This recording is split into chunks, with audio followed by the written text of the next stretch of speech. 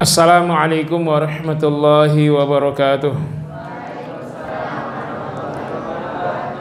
Alhamdulillahilladzi anzalal qur'ana fi Ramadan hudan linnas wa bayyinatin minal huda wal furqan. Asyhadu an la ilaha illallah wa asyhadu anna Muhammadan abduhu wa rasuluh. Jemaah rahimakumullah, kultum kita pada kali ini bertema al-ukhuwah al-islamiyah.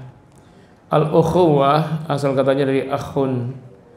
Dalam bahasa Arab, asal kata akhun ini kalau kita merujuk dari kitab-kitab kamus klasik, artinya memperhatikan.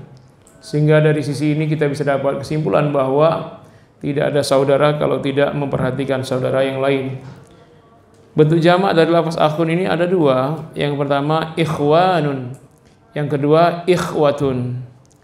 Lafaz ikhwanun jamak dari akhun yang artinya saudara, tetapi siapa-siapa yang diikat persaudaraannya dengan lafaz ikhwanun ini tidak ada kaitannya dengan hubungan darah, tidak ada kaitannya dengan hubungan keturunan. Sedangkan yang kedua jamak dari akhun adalah ikhwatun, juga bentuk jamak dari akhun yang artinya saudara, tetapi ketika disebutkan dengan lafaz ini yang dimaksud adalah saudara yang ada hubungan darah kalau kita merujuk kepada Al-Qur'anul Karim. Nah, lafaz ikhwan dalam Al-Qur'an terulang sebanyak 22 kali, sedangkan ikhwatun terulang sebanyak 7 kali. 6 kali lafaz ikhwatun itu menunjukkan saudara yang ada hubungan darah, dan ada yang unik di sini yang perlu kita analisa. Ada satu lafaz yang menggunakan lafaz ikhwatun tetapi belum tentu yang dimaksud adalah saudara-saudara, yaitu dalam surat Al-Hujurat ayat 10 Allah berfirman, A'udzubillahi minasyaitonirrajim, innamal mu'minuna ikhwatun faslihu baina akhawaykum wattaqullaha la'allakum turhamun. Sesungguhnya orang yang beriman itu adalah ikhwatun, saudara. Lafaz yang digunakan ikhwatun, ya, padahal tidak setiap orang yang beriman itu saudara sebagaimana pengertian semula tadi. Kenapa orang yang beriman ya menggunakan lafaz ikhwatun dalam Al-Qur'an? Bukankah lebih tepatnya ikhwan? Karena tidak setiap orang beriman saudara. Jemaah rahimakumullah, dari sini kita mengambil pelajaran bahwa Allah Subhanahu wa taala menyebutkan bahwa persaudaraan yang diikat oleh keimanan adalah persaudaraan yang sangat kuat, bahkan seperti hubungan saudara. Ya, walaupun kita tidak saudara, karena kekuatan persaudaraan kita diikat yang pertama oleh akidah yang sama. Karena itulah Allah sebut dengan innamal mu'minuna, sesungguhnya orang-orang beriman. Ya, innama menggunakan lafaz al-hasr. Ya, sesungguhnya hanya disebut orang-orang yang beriman itu bersaudara kalau mereka ya memperbaiki persaudaraannya. Faslihu baina akhawaykum, maka damaikanlah saudara-saudara kalian yang berselisih. Dengan cara itulah la'allakum turhamun, kalian akan mendapat rahmat. Jadi antara saya dengan Bapak Ibu sekalian, ya walaupun tidak satu darah, tetapi ikatan persaudaraan kita itu sedarah, seperti sedarah. Seperti saudara kita dengan Palestina, Uighur, Rohingya, mestinya seperti itu, tapi faktanya apa seperti itu? Kita melihat sebagian kaum muslimin yang mengalami kesusahan, apakah yang lain merasakan kesusahan itu? Apakah mereka merasa pedihnya penderitaan? Padahal Rasul bersabda, taral mu'minina fi tarahumihim wa tawaddihim wa ta'atufihim kamathalil jasad idza ishtaka 'adwan, ya tada'alahu sa'iru jasadihi bis sahri wal hummah. Engkau melihat, kata Nabi, ciri khas orang beriman itu dalam kasih sayang mereka, dalam hal saling mencintai, saling bersimpati, memperhatikan, seperti satu tubuh. Idza ishtaka 'adwan, kalau satu anggota tubuh sakit, maka seluruh bagian tubuh yang lain merasakan pedih dengan tidak bisa tidur dan merasakan demam. Jadi satu bagian sakit, maka yang lain sakit. Kalau tubuh kita yang utuh ini ketika kaki kita terinjak paku atau pecahan beling lalu berdarah-darah, tentulah mulut yang walaupun jaraknya jauh dari kaki akan merintih, mengaduh Ya, tangan walaupun jauh dari kaki dia akan menghampiri si kaki. Ya, apa yang terjadi? Dia menahan peredaran darah jangan sampai banyak keluar. Otak berpikir bagaimana cari solusi, bagaimana pendarahan bisa berhenti sehingga penyakit bisa diobati sampai sembuh. Nah, seperti itulah semestinya persaudaraan mukmin. Ketika ada yang sakit, ada yang menderita, yang lain datang bertubi-tubi membantu agar penderitaan itu hilang.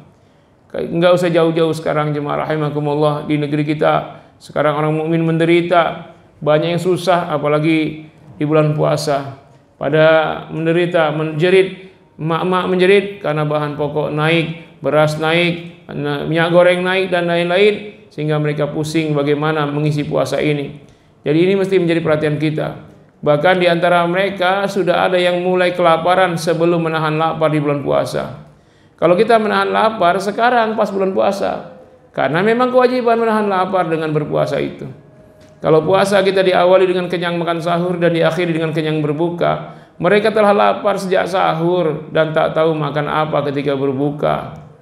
Kalau lapar kita hanya sebulan saja, mereka kelaparan sepanjang hari, sepanjang bulan, sepanjang tahun. Kalau kita lapar hanya siang, mereka lapar siang malam.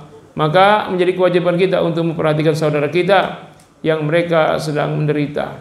Mungkin diantaranya adalah tetangga kita, mungkin saudara kita yang jauh yang tinggal di kampung sana, atau siapa saja yang ada di dekat kita ini. Maka kewajiban kita lah membantu sebaiknya. Kalau kita ingin dibantu Allah, bantulah saudara kita.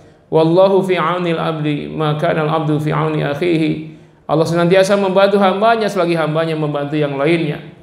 Ingat jemaah rahimakumullah, Rasulullah SAW pernah menyatakan bahwa seluruh umat manusia nanti akan disidang di hadapan Allah Subhanahu wa taala. Allah mensidang hambanya dengan berkata, "Wahai hambaku, dahulu aku lapar, kalian tidak memberiku makan. Aku sakit, tak kalian obati. Aku tidak berpakaian, kalian tidak memberiku baju." Lalu semua yang didakwah menjawab, "Ya Allah, bagaimana kami memberimu makan, pakaian dan obat-obatan? Padahal Engkau adalah Rabbul Alamin, Tuhan penguasa seluruh alam ini." Allah pun menjawab, "Wahai hambaku, di dunia dahulu ada hambaku yang kelaparan, ada hambaku yang tidak mampu mengganti pakaian karena miskin, ada hambaku yang sakit tidak mampu berobat karena miskin. Seandainya kalian mendekati mereka, mengenyangkan mereka yang kelaparan, menutupi tubuh mereka dengan pakaian dan mengobati mereka yang sakit, pastilah kalian akan mendapati aku di situ."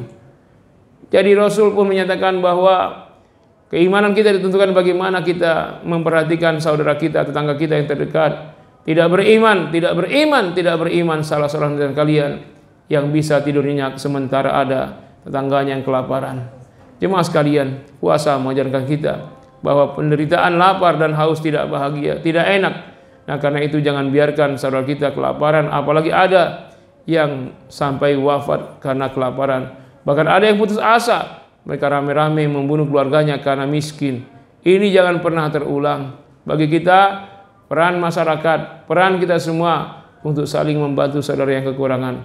Semoga puasa ini memberi kita pelajaran berharga untuk selalu saling mencintai sama manusia, sesama muslim, karena kita adalah saudara. Al-muslimu akhul muslim, seorang muslim saudara yang lainnya. Mudah-mudahan ukhuwah kita, ukhuwah Islamiyah kita di bulan yang penuh berkah ini semakin menguat dan kita jaga terus sampai kapanpun, sampai wafat nanti. Demikian jemaah sekalian, mohon maaf. Kepada Allah kita mohon ampun.